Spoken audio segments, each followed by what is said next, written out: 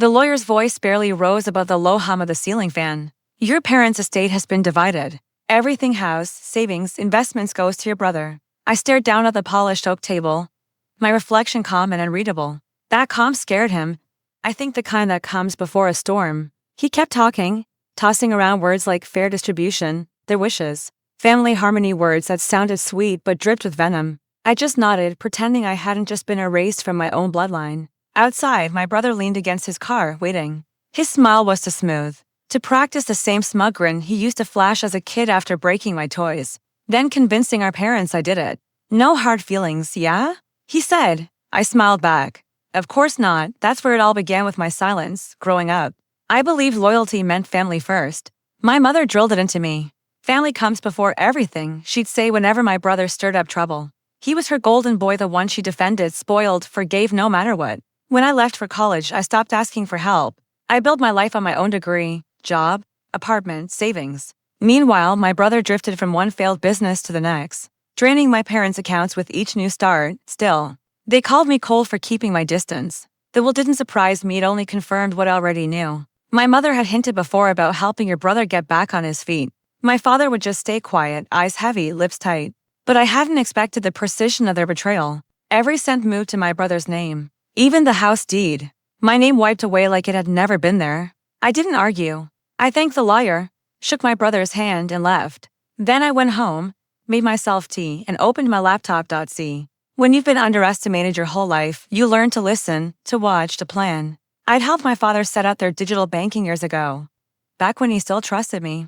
I remembered every login, every password, every recurring transfer. I wasn't about to steal, but I wasn't going to let them steal from me either. So I didn't move money. I stopped it.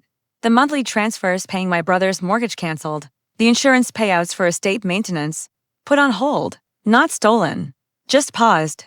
And I left a note in the system logs unsigned, but with something they'd know. Family first. A month later, my phone buzzed.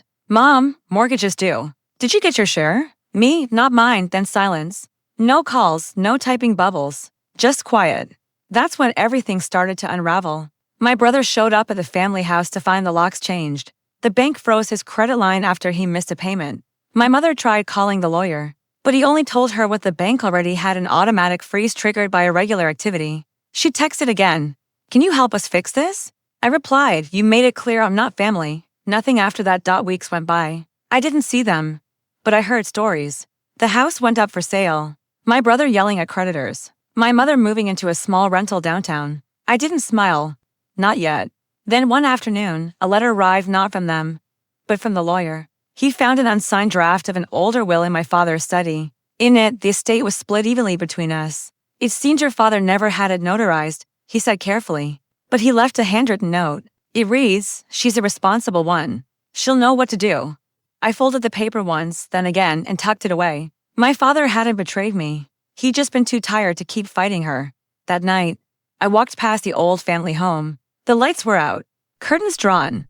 The garden we used to play in was wild now, like it had stopped waiting for laughter. I thought about just walking away, but revenge isn't about walking away. It's about leaving a mark deep enough that they'll think twice before crossing you again. So I called the bank, reported the estate's irregular transfers, and suggested a full audit. They listened, and what they found was worse than I imagined. There's a financial mess. My brother's business loans paid from my parents' account.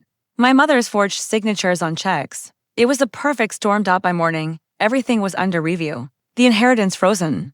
And for the first time in years, I slept like a child. A week later, my brother called. His voice cracked. You did this, didn't you? I let the silence stretch between us. You think you're better than us? He shouted. No. I said quietly. Just different. Then I hung up. I haven't heard from them since. But sometimes when my phone lights up with an unknown number, I imagine it's her, my mother, calling again, pretending nothing ever happened. I never answer. Because the truth is, I don't need their inheritance to feel rich. I already have something they'll never understand: peace. And peace, unlike money, can't be stolen. In the end, revenge wasn't about taking back the money or the property. It was about balance, about letting silence speak louder than blood. When she texted, mortgage is due, she expected obedience. But when I replied, not mine, what I really meant was, not my burden, not my guilt, not my problem anymore. That's when I finally inherited something they could never give me: freedom.